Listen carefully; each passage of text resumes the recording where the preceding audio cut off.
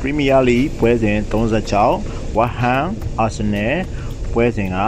Arsenal team player အကြိုက်ဆုံးကစားသမား3ယောက်အနေနဲ့က Arsenal ပွဲဆိုတာ score line တစ်ခုအနေနဲ့ပဲမဟုတ်ပါဘူး Champion mentality ကိုပါပြတ်သားသွားတဲ့ပွဲတစ်ပွဲကိုပြည်သက်တွေတွေ့ရှိခဲ့ရပါတယ်ခုဗီဒီယိုမှာတော့ကျွန်တော်အကြိုက်ဆုံး Arsenal player 3ယောက်ကိုပြသွားမှာဖြစ်ပါတယ်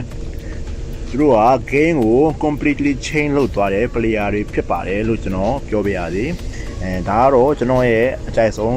team player 3ယောက်ပဲဖြစ်ပါတယ်ပြည်သက်တွေနဲ့တော့အကြိုက်ချင်းတူချင်မှလည်းတူမယ်တူချင်တဲ့တူပါလိမ့်မယ်အဲ့တော့ကျွန်တော်နံပါတ်3နေရာမှာရှိနေတဲ့ Declan Rice ဆိုတဲ့ကစားသမားကိုကျွန်တော်ပြသွားမှာဖြစ်ပါတယ် Declan Rice ကမင်းညကဆော့တဲ့ကစားပွဲမှာဆိုရင်လုံးဝ midfielder monster လို့တော့ပြောလို့ရပါတယ် ball recovery တွေ position ယူတာတွေ passing တွေအားလုံးကလုံးဝ perfect ဖြစ်ပြီးတော့ 100% လို့တော့ပြောလို့ရတယ် Watson press လုပ်တဲ့အချိန်တိုင်းမှာ Rice ကလုံးဝအငြိမ်ဆော့တယ် pressure ပေးတဲ့အချိန်မှာတော့မှသူက ball ကိုပျောက်မသွားပဲနဲ့သူရှိရနေလုံးဝ ball တွေကိုရှင်းလင်းလင်းတွေ့မြင်ရမှာဖြစ်ပါတယ်ဒါကိုလည်း fan တွေက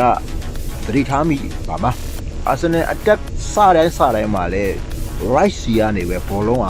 စပြီးတော့ BL လောက်တာကိုပဲမြင်တွေ့ရမှာပါသူရဲ့ football IQ ကလုံးဝ insane ပါပဲ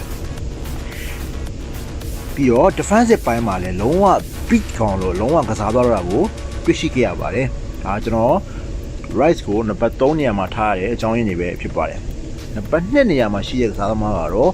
Bukayo Saka ပဲဖြစ်ပါတယ် Saka ဒီညပွဲမှာလုံးဝဂိုးမသွင်းနိုင်ခဲ့ပေမဲ့ဒီပွဲမှာလုံးဝ dangerous player ပြောက်ကိုအမြဲရှိနေခဲ့တယ်ဘောလုံးရတဲ့အချိန်တိုင်းမှာလည်း West Ham defender တွေကလုံးဝကြောက်ရွံ့ထိတ်လန့်ပြီးတော့ပြာခတ်နေရတော့တွေ့ရမှာပါ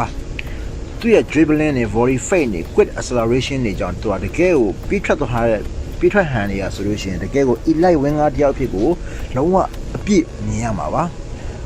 သူတဖြင့်ဟိုစက္ကန့်ပိုင်းမှာပေါ့နော်စကား game momentum ကိုလုံးဝပြောင်းလဲသွားတယ်လို့တွေ့ရတယ်ပေါ့နော်ပြောင်းလဲသွားလိုက်အောင်သူဆွဲဆောင်နိုင်ရတယ် fan တွေဆိုလို့ရှိရင်ဒီ movement တွေကိုတွေ့ရမှာပါစကားရဲ့ touch time လို့ကဘလို့ဘယ်ဘက်ချမ်းနဲ့ထွက်လာတယ်ဆိုတာကိုစကားဘက်ချမ်းနဲ့ထွက်လာတယ်ဆိုတော့ပြည်သက်တွေကတွေ့မြင်ရမှာပါအဲ့တော့ဒီပွဲမှာစကားပြောရလို့ရှိရင်ဟို stat တွေထက်ကိုသူက fear factor ပို့ပြီးတော့အရေးကြီးရပေါ့နော်ဒီပို့ပြီးတော့ကောင်းတယ်လို့ပြောလို့ရတယ်ဒီပွဲမှာတော့နိအဲ့နောက်မှာ number 1 player နေရာမှာရှိနေတဲ့ player ကတော့ Leandro Trossard ပဲဖြစ်ပါတယ်ဒီ game ကဒီ big movement တွေအတွက်မွေးဖွားလာတယ်လို့ပဲအရေးကြီးတဲ့ပွဲတိုင်းမှာဆိုရင်သူရှိရနေပြီးတော့ဘောလုံးရှတ်တာဆွမ်းကောင်းကောင်းနေဘောလုံးခြေစမ်းကောင်းကောင်းနေမြင်ရတယ်ဂိုးတွေလည်းသူရှိရနေပဲရတာကိုကျွန်တော်တို့ရှေ့ရပွဲတွေမှာလည်းတွေ့ရှိခဲ့ရမှာပါဒီပွဲတွေမှာ tension အမြင့်ဆုံးဖြစ်နေတဲ့အချိန် Arsenal ဂိုးလိုအပ်နေတဲ့အချိန်တိုင်းမှာ Trossard ကအမြဲတမ်းဖြည့်ဆည်းပေးခဲ့တာကိုပြည်သက်ဆိုရင် Arsenal ပြည်သက်တွေဆိုရင်ဒါသိကြမှာပါ finish လည်းလုံးဝအငြိမ် movement လည်းလုံးဝ smart ကြတယ် confidence level ရတယ်လုံးဝ top level မှာရှိနေခဲ့ပြီးတော့ goal တင်ပြီးအစလာလောက်တဲ့အချိန်မှာတော့ stadium atmosphere ကတော့ပြောင်းသွားသလိုပဲ